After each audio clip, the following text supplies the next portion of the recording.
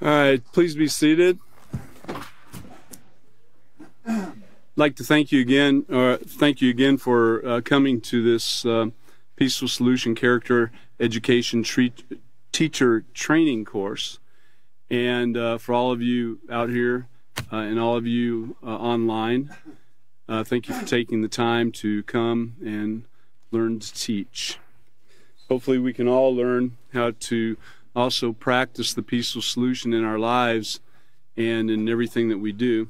Keep in mind that our next class is going to be on Wednesday, this coming Wednesday at 5:30 p.m. I'd like to see everybody here again. We're in the self-control unit, and we'll be starting out, well, actually, Catan left off on page 73 last class, and so we'll start on 74, but actually we're going to go back and look at some things first before we get to 74. So let me correct that and say we will be starting at the beginning of the chapter. Let me get there. At the pretty much the very beginning, lesson plan 3, page A. This is going to be the note to the teacher. I'd just like to go over this so we can see what we're doing as teachers here and what our plan is and what we'd like to get across to the students. It's very important that we as teachers are also practicing the peaceful solution in our own actions so that we can be an example of this. Let's go ahead and look at Note to the Teacher, Chapter 3, Controlling Your Anger, on Lesson Plan 3, page A. People of all ages have to deal with anger. From the toddler throwing a temper tantrum in the store because he can't get his way, to the adult who is just cut off in traffic. Yes, we all experience anger. Notice we all experience anger. Yet the way many people choose to handle anger today has become dangerous. And that's the thing. We're not saying that you don't get angry. We're going to talk about it a little bit more as we move on here, but as we've been learning, anger is a secondary emotion. There's usually other things that take place first, embarrassment, frustration, etc., that trigger this anger to take place. And anger is just letting you know. It's that emotion that's kind of saying, hey, buddy, hey, you don't really agree with this. It's kind of poking you. It's letting you know that you don't really agree with what's going on. What you do with it from that point is what we're looking at here. We're looking at how to identify. We're looking at how to evaluate the thoughts that come forth and look at the options that you have on how to proceed. We're looking at all these things so we can learn how to control the anger. In other words, we don't want to just lash out like we've learned all our life in the movies or around violent people. We want to handle this differently so that we're bringing forth peace rather than war. And that's one of the things that this particular chapter really is, controlling your anger. It's trying to get war out of us. War out of our minds, war out of our hearts, and war out of our bodies. Completely out of us. That's a job. I'll tell you, that's a job, especially if we're putting stuff in that doesn't click with the peaceful solution. If you're watching violent movies and watching these movies that show people getting even or getting revenge or standing up against the bully and popping him in the mouth or whatever. If you're watching these kind of things and you're agreeing with what's taking place there, you're seeing these things take place, it's going into your heart and mind, and then it makes it that much harder to practice not having war. Okay. It makes it much harder to practice peace. So, moving along. So, again, we all experience anger, yet the way many people choose to handle the anger today has become, a dangerous situation. From school shootings as a result of bullying and teasing to road rage, gang wars, and even conflicts between nations, which we're seeing a lot of even today. It would be hard for anybody to miss this taking place. And I mean, you'd have to have your head so far in the sand. If you're seeing any news at all or listening to what's going on around us, you know that it is just on the brink. The nations are warring against nations, and there's anger and war everywhere. Since remember, everyone experiences the anger, it is a lack of self-control that leads to the inappropriate behavior when dealing with anger. Again, that's what we're working on here, is how we deal with the anger. Anger management skills, let me just say something. When you think about that word skills, what do you think about? What pops into your mind? Skills. You know, what pops into my mind is that if you're a mechanic, you've got certain skills that you worked at, you know, progressing and building. If you're a carpenter, guess what? You've got certain skills. You know how to read a tape measure. Some might not know how to. You know which saw is the best saw for the job. You know what size board you need to use for the studs on the wall, and so forth. And a lot of other things that go along with it. It's skills you've built up over a period of time. If you're a singer, think about that. If you're a singer, you don't just walk in one day and someone says, here's a song, sing it for us, and you just bust into it and know it perfectly, you know. It takes practice, and it takes the skills that you've learned in controlling your breathing and controlling your voice and knowing when to slow down and speed up and soften up and get bold. You know, all these things, they're skills that come with years of experience and working at it. If you're an accountant, you know, you didn't become an accountant because you knew how to operate a calculator. Again, you had to build these skills. And you could go into everything, any kind of job that a person might have out there, and there's many more to mention, of course. That's just a small group of them. But remember that word skills. So anger management skills can be learned from a wide variety of sources today. However, most of these are geared towards adults. Today's situation demands that these skills need to be actively taught to our youth as well. And sadly, our youth today are not specifically taught how to handle anger. Not only today, but also yesterday, and hopefully in the days to come that will change. I never, when I went to school, I wasn't being taught how to handle my emotions. You know, when my emotions got out of hand, I got punished for it, but I wasn't taught anything. Was anybody here? I see some of you that are younger than me, some that are older than me.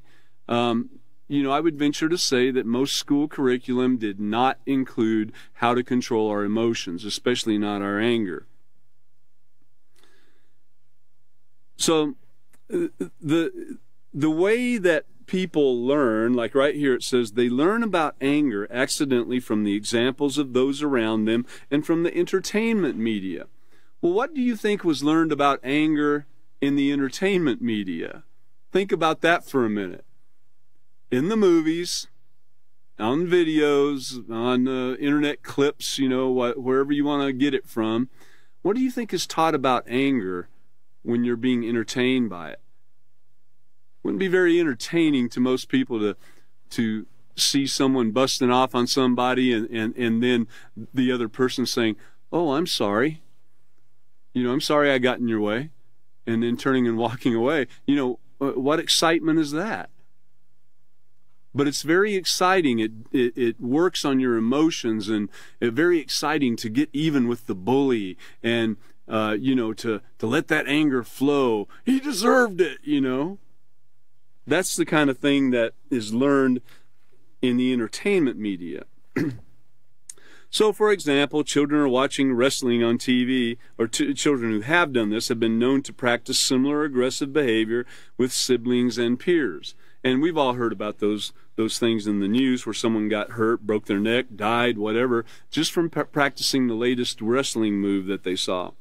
But the Peaceful Solution Character Education Program takes the approach that learning to maintain self-control in any situation is a large part of positive moral character development. And lesson 3 of this unit, which is what we're on, of course, self-control, focuses on understanding why we become angry and how to recognize our personal anger style. So see, this is an important thing, is learning how to recognize what we do when we get angry. What is our style of anger? Do we lash out and attack? Do we just shut up and give the person the silent treatment all the way and just totally withdraw? What do we do? We're going to look at these things. It provides simple techniques for students to better manage their anger so they can find a peaceful solution to conflicts. And you'd be surprised how many conflicts come up in life on a daily basis where, if we're not thinking peace, and if we have all these negative things coming into our mind and our heart from the movies and so forth, you'd be surprised at how many times we actually choose the wrong way. But it's up to us as a teacher. It's up to us to model the right way to deal with anger. Get this, all of you aspiring teachers, me too, all of us, setting a proper example for students to follow. Setting a proper example for students to follow. I was thinking about Catan was in the last class. He mentioned a few things which really stood out, and I thought, and looking at my other the other teachers of the Peaceful Solution that we all know, it'd be great to let me put how I think about it. How I think about it is, what would I do if 2 or 3 of you were following me around all day long, watching every move I make, right? Every choice I make. Seeing the look on my face when something took place, or hearing the tone of my voice when I was frustrated about something.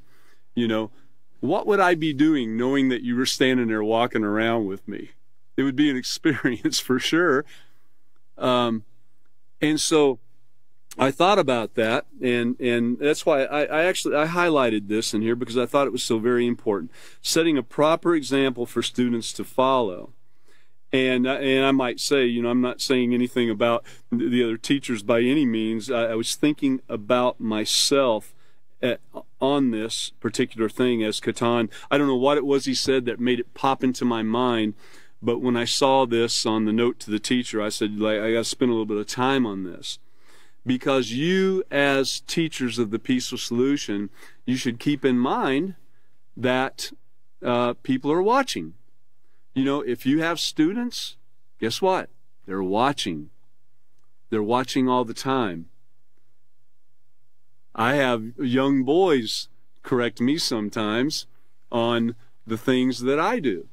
Sometimes the things that I say that might be slightly offensive, or I might have stated something wrong even while teaching class in the Peaceful Solution class. I might have stated something or spoke it wrong, and they don't hesitate to let me know respectfully that I made a mistake.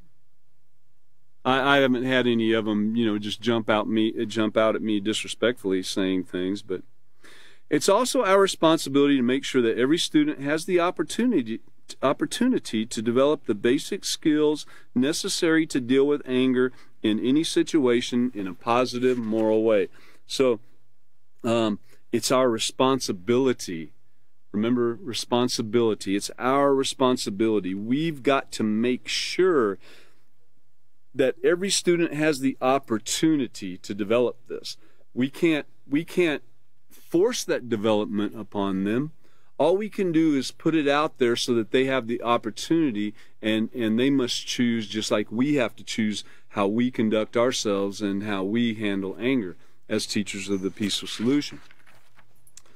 But I encourage you to think about it that way, is think that someone's following you around, watching everything you do, because they are. How about that? They might not be right there beside you, but everybody's seeing what you do, you know. All right, so let's go ahead and turn over to Lesson Plan 3, page C.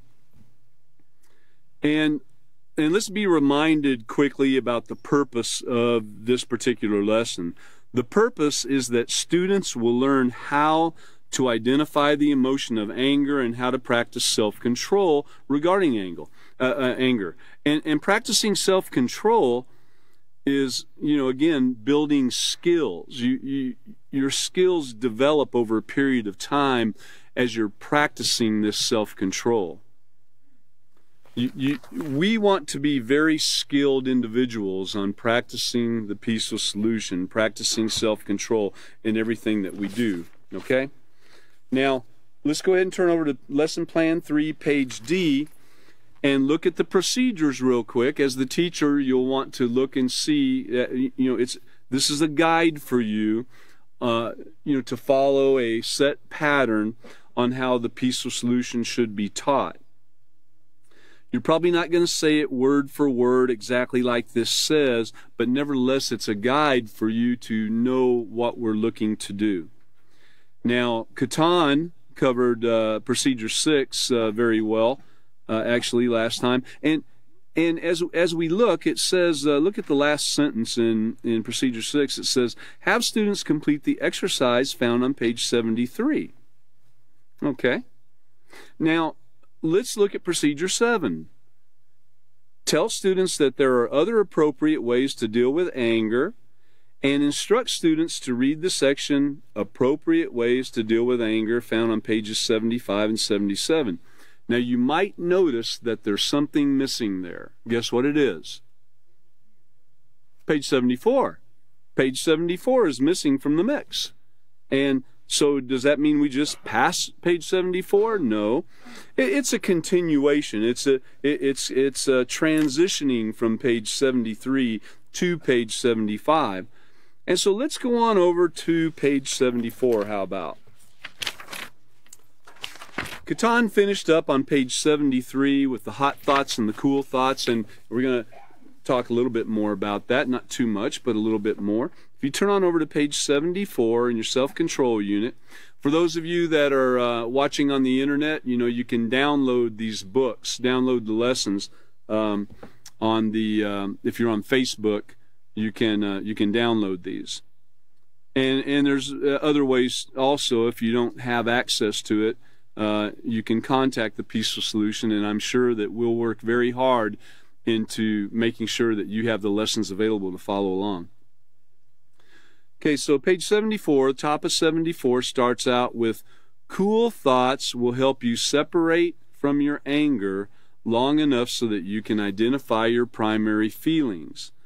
Now, in the last class, Catan gave a pretty great example of, you know, you're getting off, think about it this way, the hot and cool. You're getting off work, you're all sweaty and everything, your feet are hot, you got these big old heavy boots on, you're covered with cement or something, you know, who knows. But it's, whatever the case might be, you're not really in any mood for any kind of confrontation, right? It wouldn't be a great time.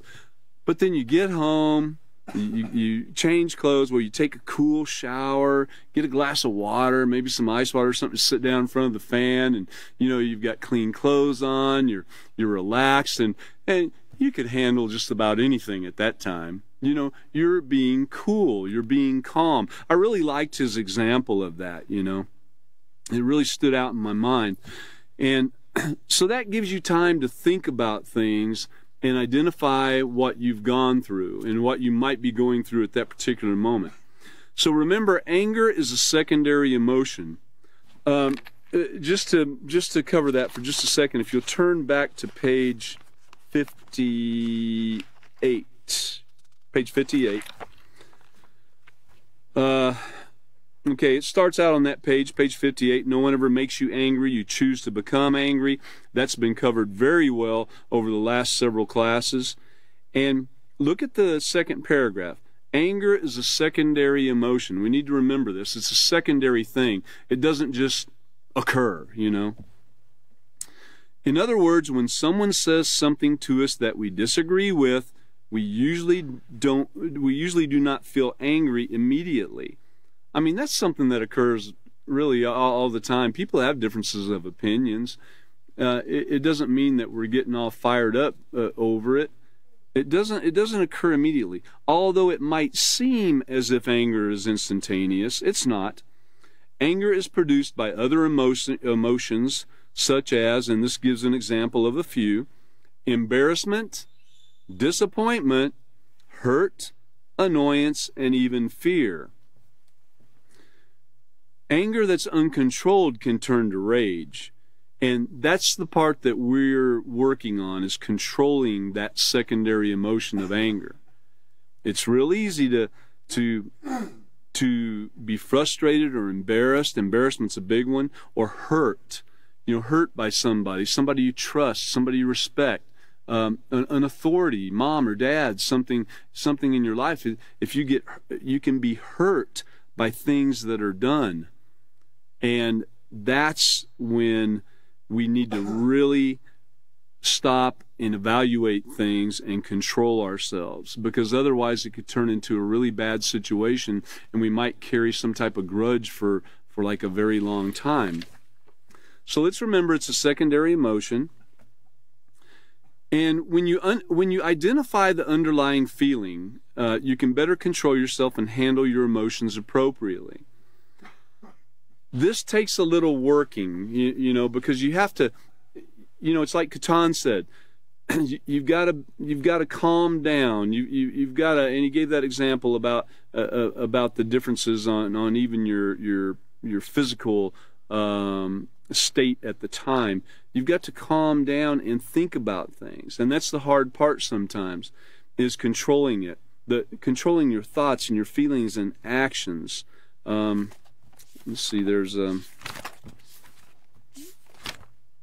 know, page 47. If you look at page 47 for just a minute,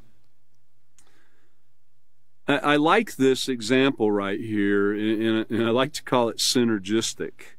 It all works together, and really having a starting point, I would choose right there at the top, right between the two arrows, if you will. And you have a incident or a trigger that takes place, right? An incident or some type of trigger. You know, that's something we'll talk about in a minute. Then we have thoughts that start occurring in our mind, and this all goes down so very fast. I mean, you know, that's why people think sometimes, well, I just did it, or I didn't think about it, or well, it's instantaneous. Well, no, it's not really, but we can learn to slow it down and calm down. Then we have the feelings, and man, once it hits that feeling stage, oh boy, it's on. You know, it really is. So then we have the actions that come with it, and then, of course, the consequences or rewards that are going to come at the end. So we need to really focus on the beginning of this, on this circle. You know, you can get that picture in your mind, stare at it a little bit. It'll probably help you. But this is as a reminder there. Identify those underlying feelings. Okay. For instance, choosing to respond with anger to cover the fact that you're embarrassed isn't going to change the situation that caused you to be embarrassed. So you're embarrassed at something somebody might have caused, and you think you got to stand up for yourself and show that you're not going to put up with that or something, you know. But it's not going to change the fact that you were embarrassed at that time. And here is a hard, cold fact of life, or a cold, hard fact of life. No one has ever died of embarrassment. You know, there might be some actions that took place afterwards that were brought about, and someone might have died by bad choices and not controlling their emotions. But no one ever died of embarrassment. You know, you didn't get embarrassment and fall over, or embarrassed and fall over dead. You know, it didn't work that way. But statistics show that anger in the form of rage is responsible for thousands of deaths every year, and thousands or millions of imprisonments, you know. No one think about this. If you're able to calm down for a minute and evaluate what's going on with yourself. Evaluate your thoughts and look at these things and evaluate your options. You're not going to sit back and say, well, now that I'm calm, I think I'm going to choose to respond with anger to cover the fact that I'm embarrassed. That's what I'm going to do, yes. Come on. It doesn't work that way. If you're already calmed down and you're thinking you got some cool thoughts taking place, you're not going to sit there and make that irrational choice. You're already calm. You're going to be accepting that it's taken place, and you're going to deal with it rationally. Because to even stop and do this, to even stop and evaluate what's going on with yourself, guess what you've got to be doing? You've got to already be practicing the peaceful solution. It's not something you're going to achieve without practicing the peaceful solution and everything that we've learned up to this point. Think about it. So once you've identified what you are feeling, you've identified it and you know what it is, you now have the opportunity to evaluate those options and decide the best way to handle the situation. Now remember, another word for option is choice. A positive choice is moral, respectful, compassionate, humble, forgiving, and responsible. Wow, that's a lot. You mean I've got to have all that stuff to make a positive choice? Whew. Respectful? Well, so we have to know what respect is, right? Compassionate? You know, a great character trait, a great positive character trait, compassion, being compassionate, being humble, being forgiving and responsible. Keeping in mind that a negative choice is harmful, disrespectful, notice the opposites here, degrading and immoral. Degrading and immoral. If you physically or verbally lash out or plan ways to retaliate at a later time, then you're not making a positive moral choice. I remember a speech I heard recently where there was a mechanic talking about, you know, when someone did something or said something he didn't like and they were leaving his car with him to be fixed, he's like, okay, well, buddy, I'm going to get back at you now. And he would do something on purpose against that individual, against, you know, do something on purpose to their car that would make the car break down or make them have to come back again. I'm going to show you, buddy, you know, that attitude. Now, he said since then, since he's been learning the peaceful solution, he's gotten over that, which is great. I applaud that. But do you know how many people are out there that haven't gotten over that? That do that on a daily basis? Can we look at ourselves and think, have we done that recently? Have we done anything even close to that where we were going to get back? Now, that's a pretty strong example that he gave. But have we done it on like something a little more subtle? Have we gotten back at somebody? Have we set our mind to get even in some way? So, if you physically or verbally lash out or plan ways to retaliate at a later time, then you're not making a positive moral choice. No choice that leads to the verbal or physical abuse of another human being could ever be moral or positive. When you're disrespectful, you're basically stating that you know, this person has no right to be a human being. You really don't even care about them. You know, it's something to keep in mind. That this is important stuff right here. Let's see something here.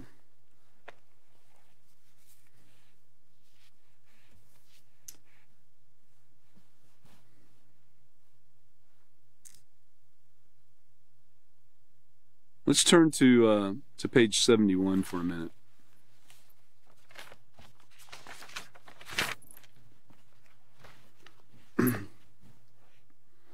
On page 71, the title of page 71 is "You Are Responsible for Controlling Your Anger."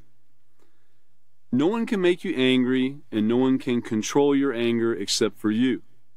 And in the same manner, you choose to be angry. You can also choose to handle anger in an appropriate way. Now, if you look over on the opposite page for a moment, you'll see the picture of a puppet on a string. And if you notice the first picture, who's controlling that deal? The puppet has the puppet controlling you. You're now the puppet, or we're the puppet if we allow anger. That's like anger sitting there with the strings on you, and you're allowing anger to control you.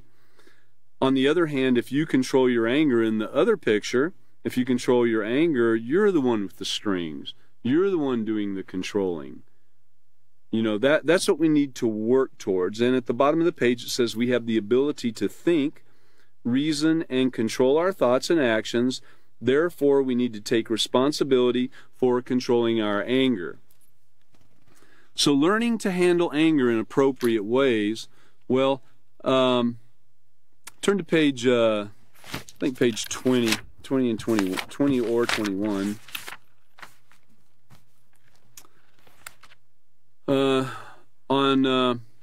On page appropriate ways and positive ways to make these moral choices, but it says to do or not to do, that's the question, and self-control is the answer.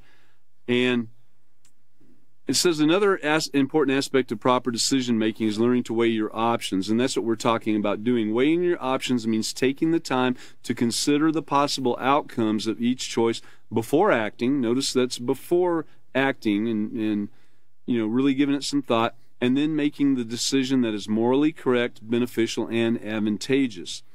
A proper decision is made only after you weigh your options. And on page 21, putting it all together, it says you're now aware of the harmful effects of negative thoughts when faced with a negative thought about yourself or others. This is your cue. So it's a signal or an action, this cue. This is your cue to start practicing self-control. And this goes along with triggers. But stopping and thinking about how this can affect you or someone else, and look down at the bottom.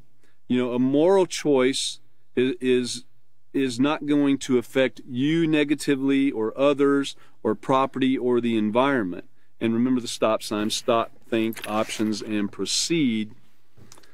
Okay. So you can choose to avoid causing, back on page 71, you can choose to avoid causing harm to yourself or to others, and controlling your anger means making a conscious choice not to let your anger get the best of you or not allowing it to turn to rage. Remember, controlling it. By being aware of your anger triggers, now that's the thing right there. A lot of times, well, when you know you've got this thing that trips your trigger. Remember, you heard that saying, trips your trigger? That's what we're talking about. It's a trigger. It sets something into action, into motion. This trigger does. And it can do it very, very fast, especially if it's something that's built into you over a period of all your life. You've always reacted to it a certain way. Man, when that trigger hits, you can go right into it again. Turn over to page 61 for a moment. Okay, page 61. It says, why do we get angry? That's the question of the day. We often get angry because we experienced something that is unpleasant or our expectations were not met. People get angry for many reasons, and these reasons are called triggers. The trigger starts that process. From a previous chapter, we learned that a trigger causes something to occur. An anger trigger could be something that provokes, frustrates, or aggravates us. A trigger could be a person, a situation, or an experience. On other occasions, it's our own false perceptions that trigger our anger. False perception, because sometimes it can be, you might imagine that something is being done against you, or you might imagine that something's being done that you don't like, you know. We have to be aware of that too. Because we're all unique individuals, what provokes one person might not necessarily provoke another. But it is fair to say that many people experience similar triggers or anger traps from time to time. Let's go ahead and go back to page 71 there. So if you're aware of your triggers, being aware of your anger triggers and your anger style, and remember the anger styles: withdraw, displace, attack.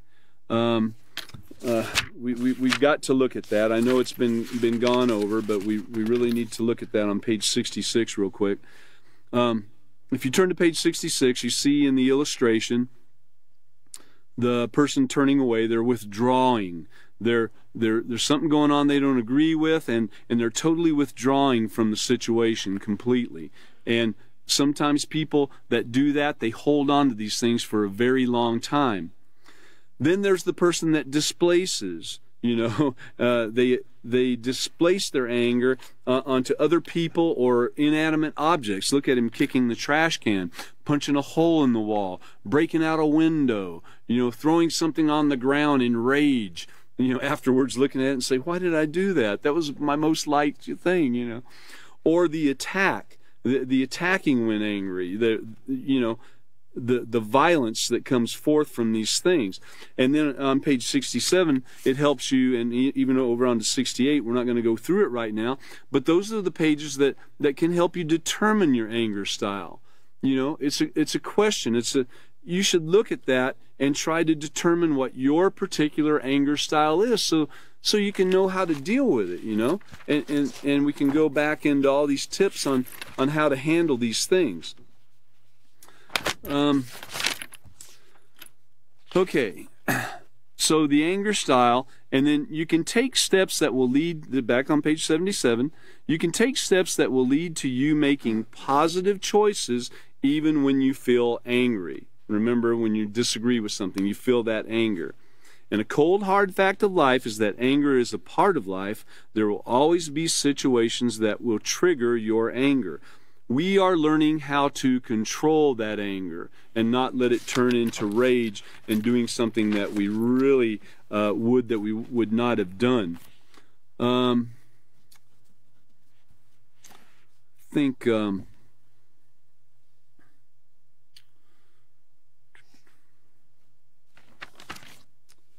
If we look at page 72, we can start controlling our anger, and we can start controlling it by the way we think, and we can start controlling the way we think by what we put into us. This is why guarding our mind is so very important too. By changing your concept of anger, and now we understand that anger rage is not an example of anger. Rage is an example of uncontrolled anger. Until I started learning the peaceful solution, I didn't really know what anger was. I'd see somebody out of control, hitting someone, throwing something, whatever, and I'd say, oh boy, they're angry. Well, they were angry, but they were also practicing, not controlling their anger, and they were showing it forth through rage. So you can change the way you behave and act when you are angry once you understand the concept of anger. By now you've grown accustomed to responding to what triggers your anger by reacting in a certain way. That's your anger style. It's what you've learned all your life. So you respond to the anger by either giving someone the silent treatment, internalizing the anger, cursing, lashing out, retaliating, or a combination of all these things. And however, you can change your concept of anger by accepting that you don't have to respond with these behaviors anymore. Again, look down there in the highlighted area. Anger simply tells you that something is being said or done that you don't particularly agree with. Someone else might, but you might not. Okay, so let's look back for just a moment to page 73. Now, page 73, and Catan went over this, of course. Remember the hot thoughts and the cool thoughts. And I just wanted to point out a couple of them real quick, too. If we look at the top, though, but change the way you think by concentrating on those cool thoughts instead of the hot thoughts. Now, this is not an easy thing to accomplish. You got to work at this. It doesn't just occur just because you said that you were going to do that. Remember, the hot thoughts fuel your anger. And And if we haven't learned what our triggers are and what our anger style is, these things are going to pop in there so fast. You're going to be doing this. You're going to be having the hot thoughts, and you're going to be fueling that anger. It's like pouring fuel on the fire, you know. They can lead to violent and aggressive behavior. Cool thoughts, on the other hand, like was mentioned, you know, after you take a shower and get something cool to drink and you're calm, cool thoughts will help you keep your anger in control. They'll help you avoid impulsive behavior that will enable you to deal appropriately with whatever triggered your anger. And here's two right here that I highlighted and kind of wanted to point out. If you look at the hot thoughts, you know, one of them is, well, somebody needs to slap some sense into that guy. You know, it's like, I think I've heard that recently where someone was doing something pretty stupid and someone said something very similar to that. But a cool thought would be, you know, I'm not going to make a big deal out of this, or something similar. It doesn't have to be those exact words. You might think that, you know, in the course of life, is this really a life-changing thing that's taking place right now? Is this really going to change anything? Is it something I really have to even make a big deal about? If we look on down, one of the hot thoughts would be, oh man, I'm so mad right now. I just don't care about anything, you know. You just lost it completely. You don't care what anyone thinks. You don't care what you're doing. You just want to have that outburst or have that venting and relief. But if you have a cool thought and tell yourself, you know, getting mad isn't going to help. You know, getting your blood pressure up and having a heart attack. Now, people have died from this. They might not have died from embarrassment, but they've most definitely died from this thing right here, where they get so out of control and their face is so red and their heart is pumping so hard and they are just completely out of control. They have had heart attacks and died. And most definitely some of the secondary actions would have been, you know, pulling a gun on somebody and shooting them. And, of course, people have died there. So, you know, keep this in mind. We really need to be able to identify the triggers and identify our anger style, and so we can have the cool thoughts, and we need to guard what we're doing. Turn to page 11 real quick. In fact, we just gotta look at this. On page 11, guarding your mind, and this is so very important. If you're going to practice self-control, you need to be practicing this in your life. It's not going to come unless you're doing this too. It just doesn't work that way. Another key concept in developing self-control, see that? It's a key concept. It's not something you can throw to the side. In developing self-control is to be aware that your actions begin with your thoughts. It's very easy to say, oh, I just did it. I wasn't even thinking. But the truth is that we're always thinking. Thoughts enter our mind at the speed of light, thoughts about ourselves and others and things we need to accomplish and things we want. These thoughts then lead to feelings, which in turn lead to actions or behavior. And it's no surprise that sad thoughts make you feel sad. So how do people act when they feel sad? Well, think about it. When was the last time you were sad? How did you act? Has anybody been sad lately? You know, any hands? Anybody been sad? You know, think about what you did. Think about how you sat around and moped around or whatever. What did you do? Many people mope around or cry. Some just separate themselves from friends and family and kind of withdraw and just go off into a pity party. Kind of go off into a hole. But your thoughts are powerful. Don't underestimate the effect your thoughts can have on your feelings and your behavior. It all begins with those thoughts. It's up to you to determine if your thoughts can help you build character or if they can lead to choices you are going to regret. Look on down, the next paragraph, it says, so how do you know if your thoughts are positive or negative? Well, ask yourself if they're harmful in any way. Remember the STOP acronym, where you stop and you think about it, and you consider your options, and you think, you know, is what I'm thinking of doing, is it going to harm myself, others, or property in the environment? Is this going to be bad for somebody? Is it going to be bad for someone down the line? You know, it takes a lot of thought. And to enable the positive thoughts and the ability to sit back and do that, you've got to guard your mind. And that's what I was getting at.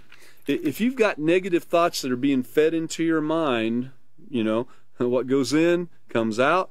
If you've got that going on, then, you know, it's so much easier with these negative thoughts. It's easier to have the hateful and revengeful and selfish thoughts. And that's one of the things we're trying to do, is get away from this I thing, which we're going to look at on the next page for a moment.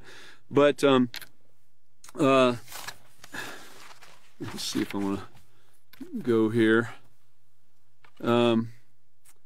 Yeah, let's look back on page 46 for just a minute. On page 46, so applying self-control to your emotions. Controlling your full range of emotions requires you to examine your thoughts, to evaluate what you're thinking and feeling, and then you need to respond in a way that's controlled, well-planned, and respectful, regardless of how you feel. Evaluating what you're thinking and feeling, you know, stopping and thinking about it, and having a clear mind to do so, to evaluate that, having the knowledge in you of the peaceful solution. You know, there was a man that came to me several times. I mean, and not just him, but there's been a few. But this one particular man used to come and say, you know, on page 72 of the character unit, and I'm just giving an example at random here. You know, on page 72 of the character unit, where the second paragraph says blah blah blah blah blah, and I say, no, no, I don't. And he'd look at me funny and say, you mean you don't know? Now, I'm sure I could have turned that around and picked out some other paragraph on some other page that he might not have known also. But he had that particular thing memorized and was wanting to see if I had that particular thing memorized too. But what I told him was, I said, you know, the thing about the peaceful solution is, this is an ongoing thing. You don't just read it one time and use your rote memory abilities to memorize this thing and then you know it and you live it. It doesn't work that way. I said, this is an ongoing thing. You have to live this in your life. And so that page 72 and that particular paragraph you're talking about, are you living that in your life? If you ask me a question, I can take you to where in the book that's at, in the general vicinity, and we can talk about it.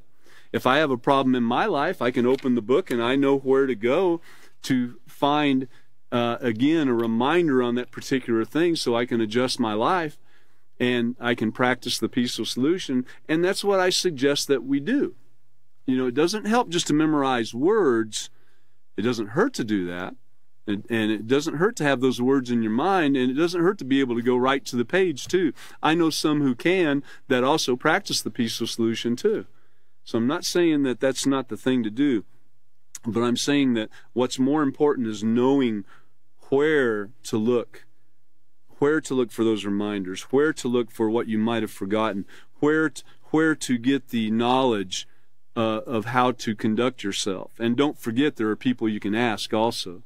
There's other people practicing the peaceful solution. There's teachers of the peaceful solution that you can ask at any time. But anyways, let's go on back let's go on over to page, we'll look at the bottom of page 74 first. It says, you handle anger appropriately when you choose to proceed by behaving respectfully and morally, even when you're angry. So even when you're angry, even when something you don't agree with. And I just wanted to, got a picture here I wanted to show if I can find it. Oh boy. Yeah, I thought I had a picture here I wanted to show, I guess. Huh. Okay, well, another time, I guess.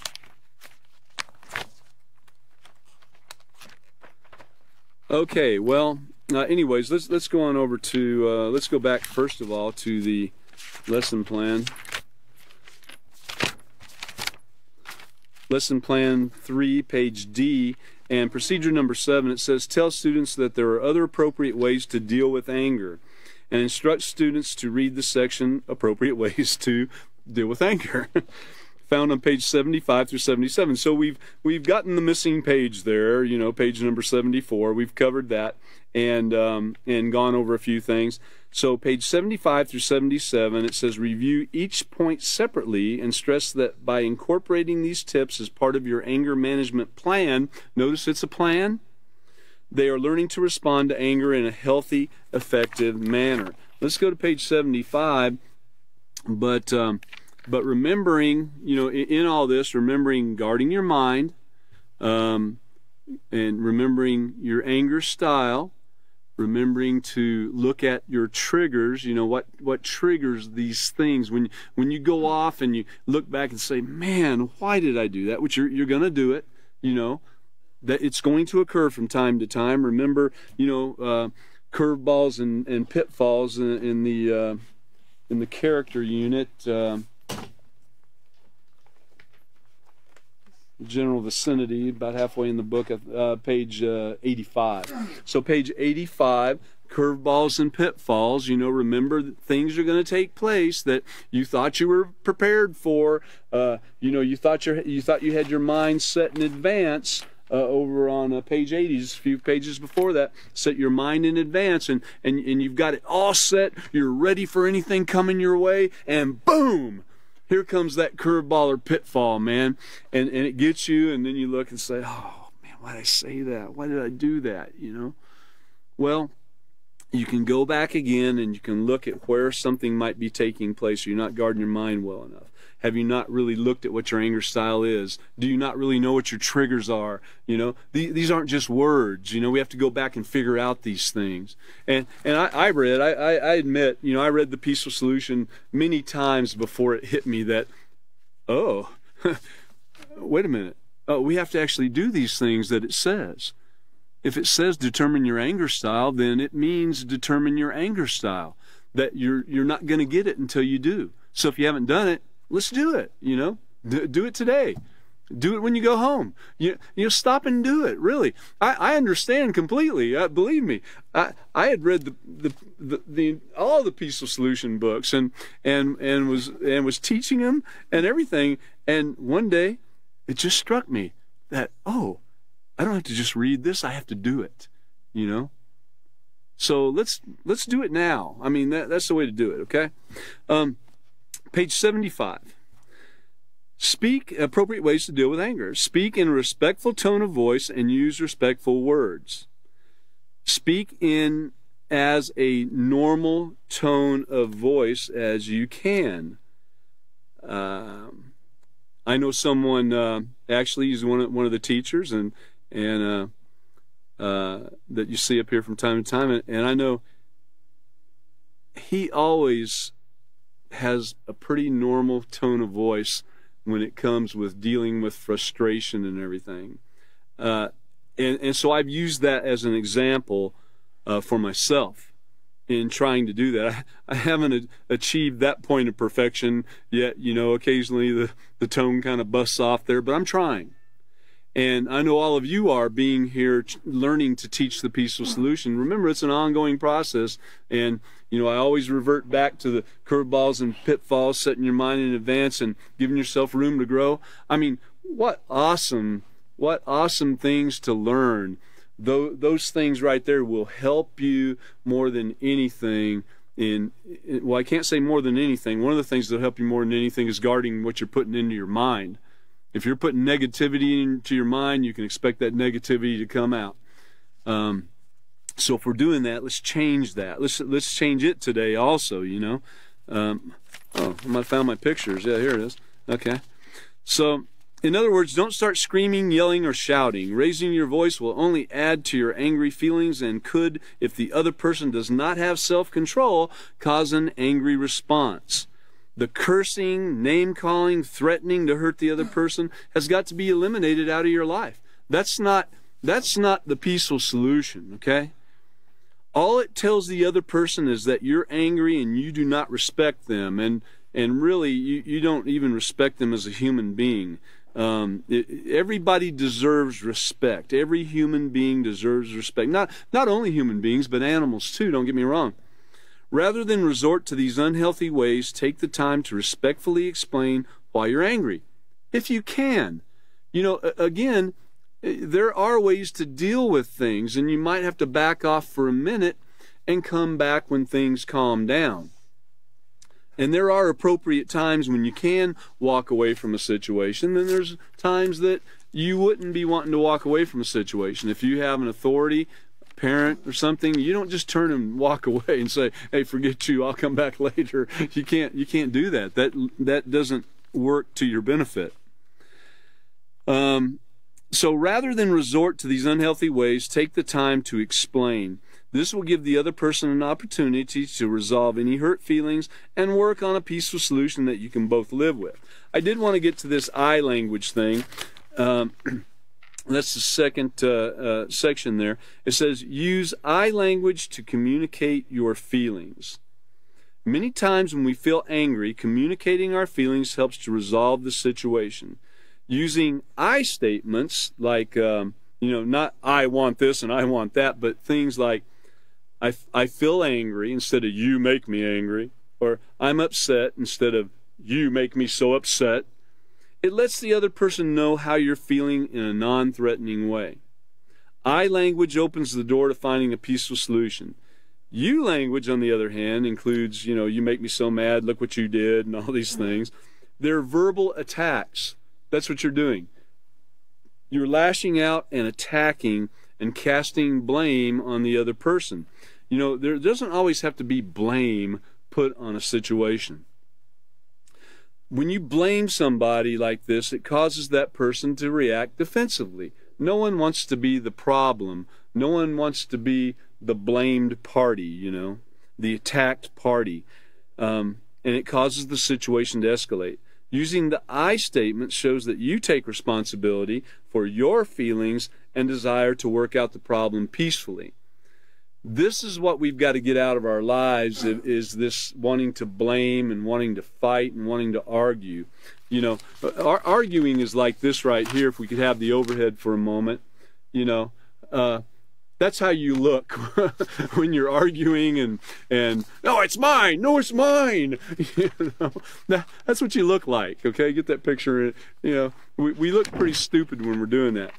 I was trying to come up with something that, of course, I can't really top that example that Catan gave of being calm and everything. But I was thinking to myself, a calm picture I could kind of relate to, and I thought that picture right there was pretty calm, sitting by the water and the sun going down or coming up or whatever it might be, and whether the marble or whatever that is there or not. But I know it is calming to a lot of people. To one of the greatest teachers ever in the world enjoyed sitting next to the water, and it had a very calming effect. And so if you have that opportunity, I encourage you to, if you're thinking about things and all, it really does help to seek out a very calm place that you can kind of call your own, I'd like to thank everybody for, I guess we'll be beginning on page 75 there, towards the bottom, and the next teacher will be David. So I'll see you again if you come on Wednesday. That's on the 27th. The next class is 4/27/22 at 5:30 p.m. We look forward to seeing everybody here again. Thank you for coming. And, once again, hey, let's start tonight on some of these things. Don't wait. I mean, it really is real. Look at what it says in the book and then determine in your mind, set your mind in advance to go ahead and do it. That's the only way it's going to change, all right? So, all right, thank you.